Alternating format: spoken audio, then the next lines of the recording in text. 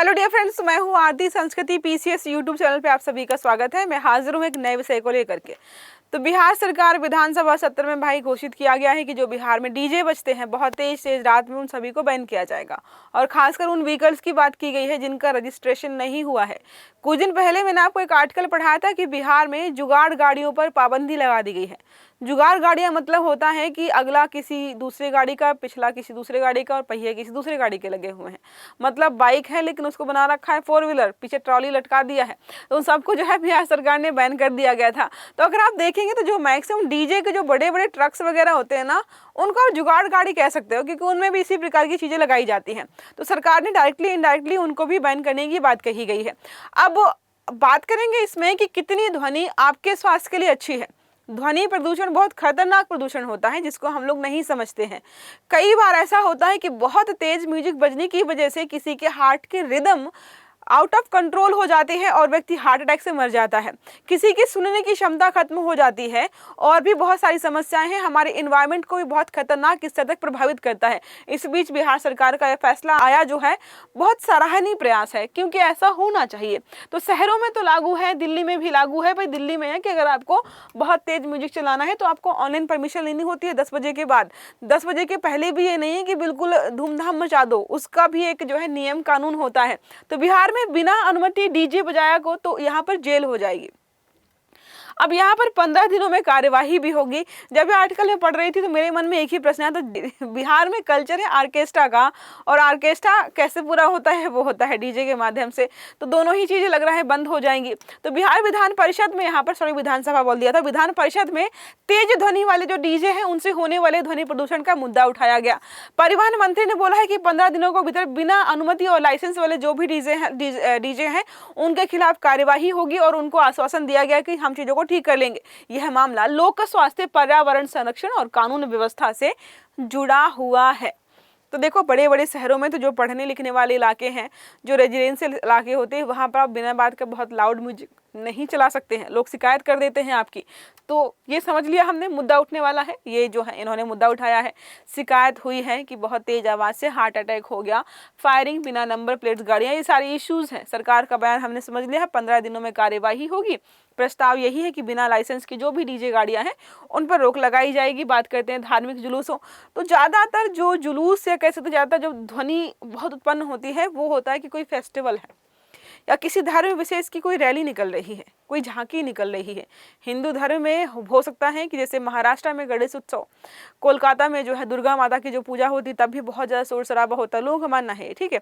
मुस्लिमों में बहुत सारे धर्म ऐसे जो है त्यौहार ऐसे होते जब जो है बहुत आवाज़ होती है। तो इनको लेकर के विशेष जो है टिप्पणियाँ की गई हैं। समस्या क्या है? ध्वनि प्रदूषण तब होता है जब आवाज 80 से 120 डेसिबल तक पहुंच जाए, और मिनिमम जो डीजेज होते हैं उनकी आवाज भी यही होती है। डेसिबल ध्वनि को मापने की एक इकाई है और कुछ नहीं, ज्यादा दिमाग नहीं लगाना है। WHO के मानक देखेंगे तो भाई ये मानक से बहुत ऊपर चल रहे हैं।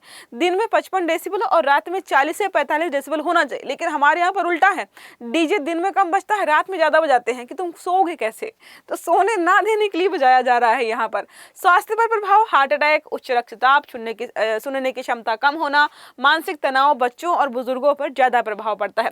कानून व्यवस्था बात करते हैं तो डीजे जुलूस, भीड़ नियंत्रण में समस्या हो जाती है। बहुत लंबी चौड़ी भीड़ चलती है, फायरिंग हो गई, दुर्घटनाएं होती हैं। आपने कितने सारी न्यूज देखी होंगी, जिसकी शादी थी उसी को गोली लग गई, वो शोशेबाजी में जो है फायरिंग कर रहे थे, घर के किसी मेंबर को गोली लग गई।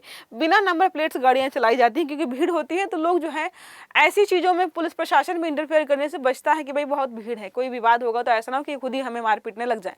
नेक्स्ट बात करते हैं भारत में कानून। तो इन्वायरमेंट प्रोटेक्शन एक्ट 1986 का है, और सरकार को ध्वनि जो स्तर है उसको नियंत्रित करने का भी यहाँ पर जो है प्रावधान किया गया है।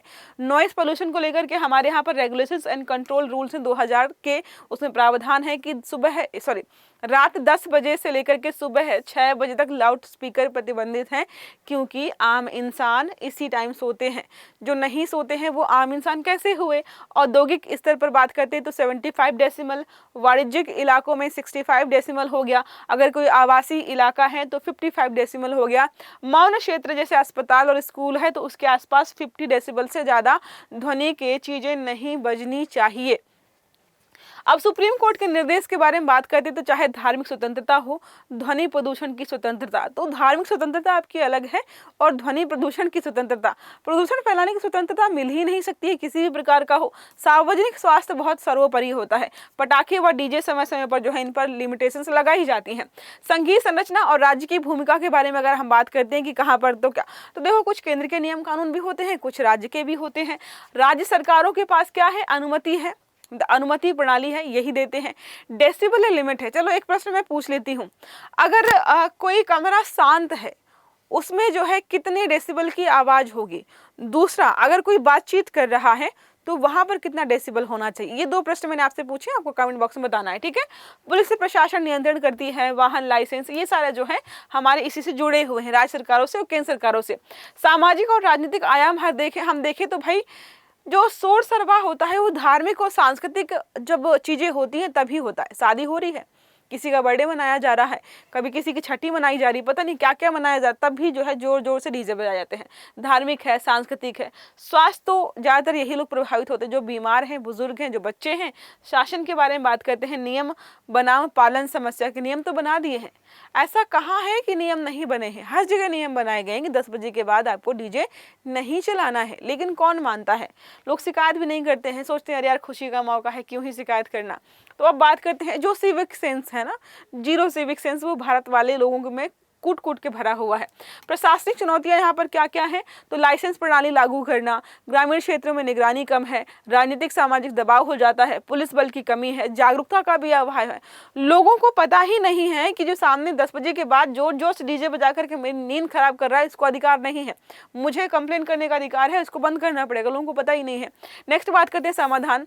तो तकनीकी समाधान यहाँ पर ये होगा कि भाई साउंड लिमिट डिवाइस लेकर के आइए जो उससे ऊपर बजे ही ना रात में। नेक्स्ट है जीपीएस आधारित डीजे वाहन पंजीकरण, की कहाँ जा रहा है, चलो अच्छा यहाँ पे बजा रहा है, पुलिस पहुंच जाए। प्रशासनिक तो ऑनलाइन परमिट सिस्टम होना चाहिए, अगर किसी व्यक्ति को बजाना है डीजे 10 बजे के बाद तो ऑनलाइन परमिट लेके रखिए। पुलिस पर प्लस जो है नगर निकाय संयुक्त निगरानी यहाँ पर होनी चाहिए। सामाजिक में बात करते हैं तो लो नॉइस सेलिब्रेशन पॉसिबल है, पता नहीं, लोगों को जो है मज़ा नहीं आता, अब तक बहुत तेजी आवाज़ ना हो। स्कूल स्तर पर जागरूकता हो गई, कानूनी स्तर पर जुर्माना होना चाहिए, वाहन जब्ती हो जाए, बार बार उल्लंघन पर लाइसेंस रद्द कर दें तो हम इस समस्या से निपट सकते हैं। समझ में आ गया। अब एक प्रश्न है, ध्वनि प्रदूषण के संदर्भ में विश्व स्वास्थ्य संगठन के अनुसार दिन के समय अधिकतम सुरक्षित ध्वनि स्तर कितना होता है। 75 डेसिबल, 65 डेसिबल, 55 डेसिबल या 45 डेसिबल, सब बताया मैंने, दिन का भी रात का भी। अब इसका सही आंसर आपको देना है कमेंट बॉक्स में। आर्टिकल समझ में आया तो वीडियो को लाइक करना है, चैनल को सब्सक्राइब करना है, बेल आइकन भी दबाना ताकि इस प्रकार के जितने भी आर्टिकल्स हैं वो सारे आपको समय पर मिलते रहें। तो अच्छे से पढ़िएगा। Have a good day, thank you.